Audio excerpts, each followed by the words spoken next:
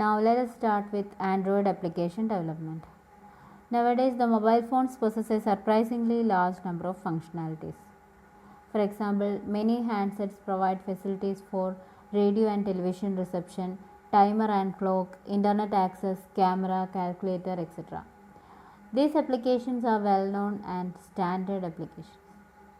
So, these are usually developed by the operating system developers themselves and are bundled with the operating system. But the true power and distinguishing features of a handset comes into picture with the third-party developed applications. Therefore, a successful mobile operating system needs to facilitate the development of third-party applications. An application developer can host his application in the Android marketplace in case of Android, and from there it can be easily downloaded by the mobile users.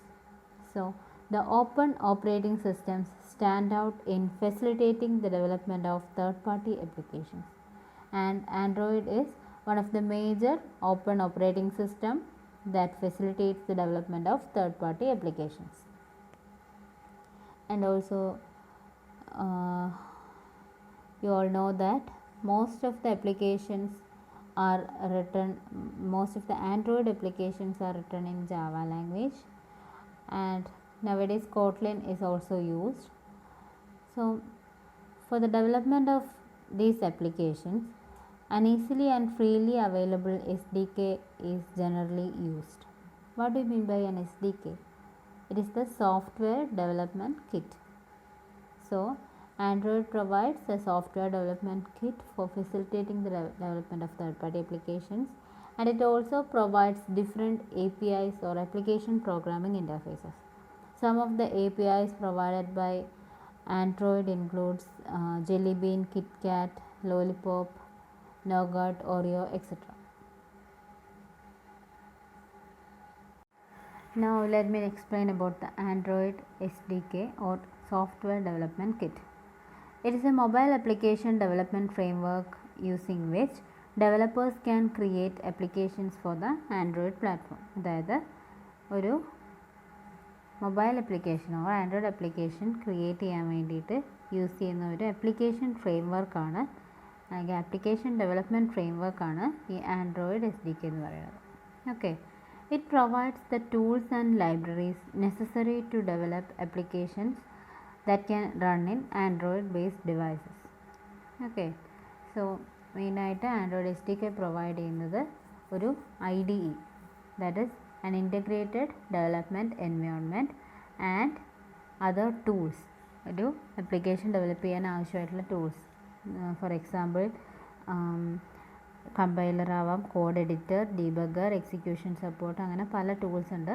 So these tools are also provided by the Android SDK. Okay, അപ്പോൾ Android SDK provides an IDE, the tools and libraries required for the development of an application. And one of the major advantage of this Android SDK is that it requires low processing power and memory. So it is according to the constraints of the mobile devices. It requires only low processor and RAM. So that is the main advantage of Android SDK, and it can also be installed on all the common operating systems such as Windows, Mac OS, Linux, etc. That is another added advantage.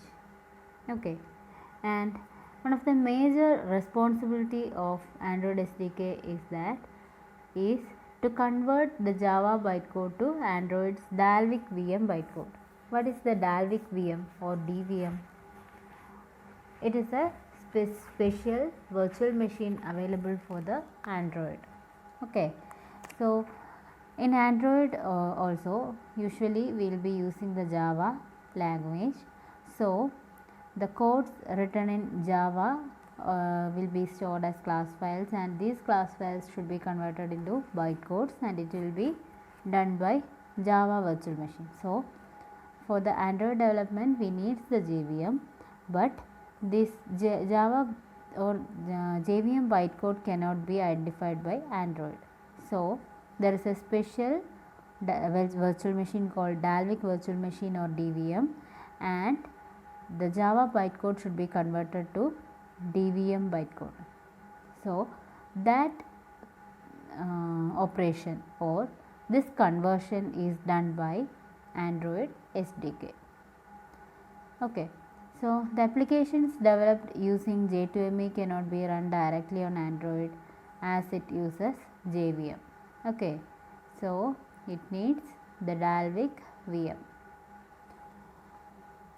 So the environment to develop applications for Android consists of an Android SDK, the IDE that can be Eclipse or Android Studio, and the Java development kit. So how can we install SDK? It can be simply done by extracting the zip files in a folder and set the path. Okay, so that is simple process only. We can download it from the official site itself, and after installing the SDK, the path of the SDK should be set with the path environment variable. So the Eclipse can be used as IDE, or nowadays we are using Android Studio. Those things you are already familiar with. And after installing this, you can start with the development of Android applications. So this is Android SDK or software development kit. Okay. Now let's look into the features of SDK. So using the SDK, a user can run the application on the actual Android device or a software emulator on the host machine. Means the host machine or the developer's machine. Okay. So the SDK enables a user to run the developed application on a device or an emulator. Emulator means it is a virtual device that resembles an actual Android device. Okay. So this is done by the help of a tool in SDK known as Android Debug Bridge or ADB. Okay. So ADB is a client server program and it includes three main components.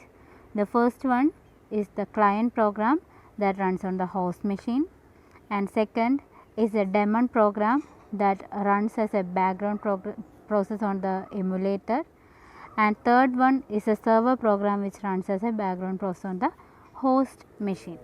So these are the three main components of ADB. So in short, ADB is a versatile command line tool that lets the user communicate with a device or emulator or a connected Android device, whatever it is. It allows the user to communicate with the device. Okay. So it is a client server program, and we will discuss about the components. First component is the client program, and it runs on the developer's machine or host machine. So it can be invoked from a shell by issuing an ADB command. Okay. And second is the daemon program, and it runs as a background process on the emulator or device. Okay.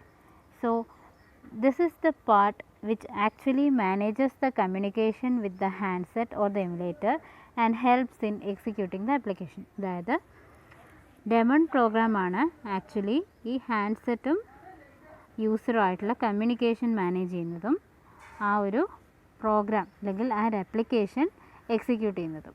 Okay. And third component is the server program and it runs as a background process on the host machine. Okay.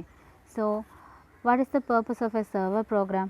ഈ server പ്രോഗ്രാമാണ് ക്ലയൻറ്റും ADB ഡെമണും തമ്മിലുള്ള എല്ലാ കമ്മ്യൂണിക്കേഷൻസും manage ചെയ്യുന്നത്.